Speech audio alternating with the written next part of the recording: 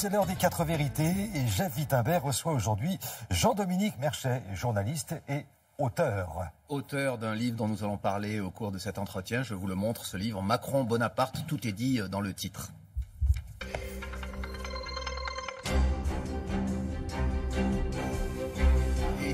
Bonjour à vous, Jean-Dominique Merchet. Merci d'être avec nous ce matin. On va donc évoquer ce livre dans un instant. Mais d'abord, c'est aux journalistes spécialistes des questions de défense que vous êtes, au journal L'Opinion, que je m'adresse ce matin.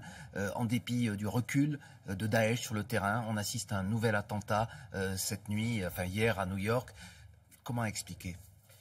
Tous les experts l'ont dit depuis qu'on voit que l'État islamique est défait sur le terrain, que le terrorisme allait continuer. D'abord, le terrorisme, ce n'est pas que Daesh. C'est aussi Al-Qaïda, qui reste un réseau très actif. Et puis, c'est aussi tous ces entrepreneurs, ces auto-entrepreneurs, d'une certaine manière, du terrorisme, qui, sur leur initiative personnelle, décident de passer à l'action. Ça veut dire que Daesh ne contrôle pas forcément ces individus, mais donne son label, en quelque sorte, après la réalisation des attentats. C'est ce qu'on a appelé le terrorisme uberisé, sans faire de publicité, mais où quelqu'un décide de s'installer, de dire « je deviens un terroriste parce que c'est ma conviction, parce que j'ai envie de faire ça », et puis une fois qu'il l'a fait, la maison mère, une des maisons mères dit finalement nous reconnaissons son acte et nous nous l'approprions de manière assez opportuniste. Si les alliés vont plus loin dans l'éradication de l'État islamique en Syrie et en Irak, est-ce qu'on peut imaginer une menace encore plus grande? C'est par exemple ce que disait en substance Gérard Collomb, le ministre de l'Intérieur, il y a quelques jours.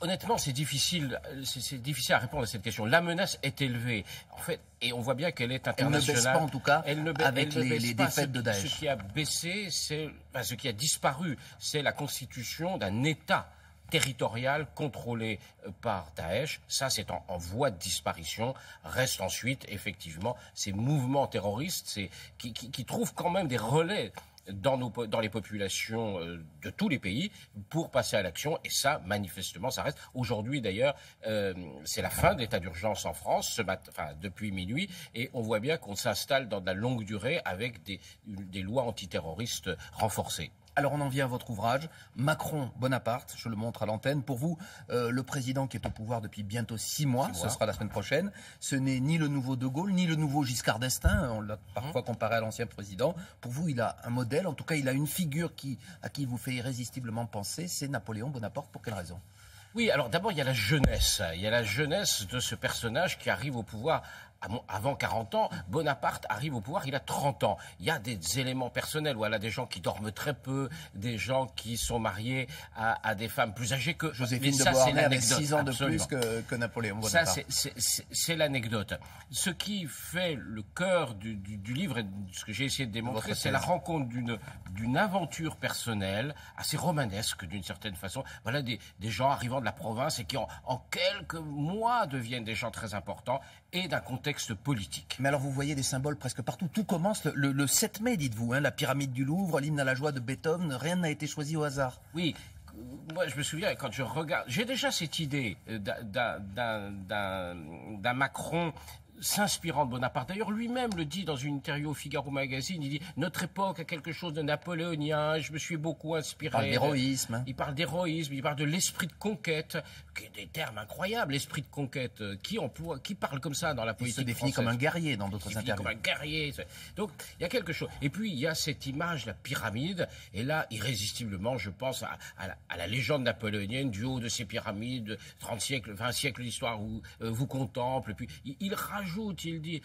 Il a fait ça pas loin des Tuileries, qui était le siège du pouvoir. Tuileries, enfin... La symbolique est maîtrisée et veut renvoyer à quelque chose de très vertical. Alors justement, la verticalité, le pouvoir jupitérien, pour vous, ce sont des similitudes quasiment explicites avec le bonapartisme. Assumé même. Assumé. Et Emmanuel Macron, qui est un démocrate, il n'y a aucun doute là-dessus, en même temps, comme on dit maintenant, avant la campagne, lorsqu'il explique dans un magazine une interview Le 1, vous avez retrouvé. Une interview Le 1, il dit cette phrase étonnante, il dit ce qu'il manque à la démocratie française, il y a un vide dans la démocratie française, c'est la figure du roi.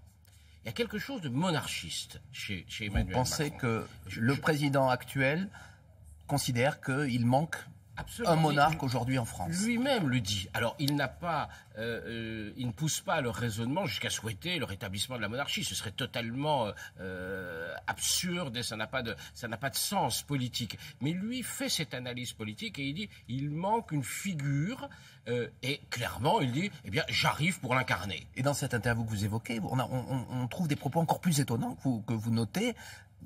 Emmanuel Macron dit à l'époque, nous sommes en 2015, nous avons une préférence en France pour la procédure délibérative postmoderne plutôt que pour la confrontation des idées au réel. En quelque sorte, il critique le parlementarisme à outrance. Absolument. Est-ce que il n'est pas démocrate, Emmanuel Macron ? Il critique ce qu'on pourrait appeler le bavardage politique. Je pense qu'il a souffert énormément durant le mandat de François Hollande de ces discours, de cette perpétuelle remise en cause permanente par tous les ministres, par toute la majorité de ce que voulait faire le président. Et donc à l'image d'un Bonaparte, il voulait trancher dans le vif et rapidement. Je suis le chef et vous exécutez.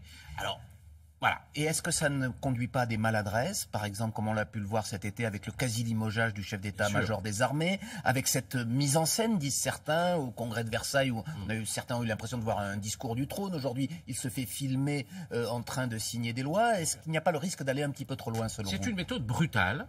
Et effectivement, c'est une méthode brutale. Ça peut être une méthode efficace. Jusqu'à quel point cette brutalité, parce qu'il y a de la brutalité dans la manière de diriger, de gouverner. La poignée de main avec Trump, elle était quand même brutale au sens propre du terme. Jusqu'où ça marche? Est-ce qu'il n'y a pas un moment où ça va produire des effets pervers? On n'en sait rien. Il est trop tôt pour le juger. On a vu une campagne très victorieuse. Maintenant, conquérir le pouvoir, c'est une chose. L'exercer en est une autre. Il a eu l'intuition, en tout cas, d'une attente des Français pour ce type de pouvoir. Est-ce qu'aujourd'hui, vous pensez que les Français attendent cette sorte de pouvoir autoritaire, ou en tout cas tel qu'il le démontre? Je pense que les Français attendent de l'autorité, mais certainement pas des marques autoritaires. Et ce que les Français attendent aussi, et c'est peut-être un des points faibles d'Emmanuel Macron, c'est de l'empathie. Emmanuel Macron est un séducteur, c'est quelqu'un qui a réussi à séduire ses militants, puis ensuite une partie suffisante des Français pour être au second tour. Il manque sans doute, avec cette figure un peu jupitérienne, bonapartiste, napoléonienne, comme on voudra, d'empathie pour les Français, et les Français le sentent notamment dans les classes populaires. C'est sans doute un de ces problèmes. Eh bien, merci pour cet éclairage. Jean-Dominique Merchet, je rappelle donc la publication de votre livre aux éditions Stock, Macron-Bonaparte. C'est à vous, Thierry, et très bonne journée à tous. Merci beaucoup, messieurs. Bonne journée.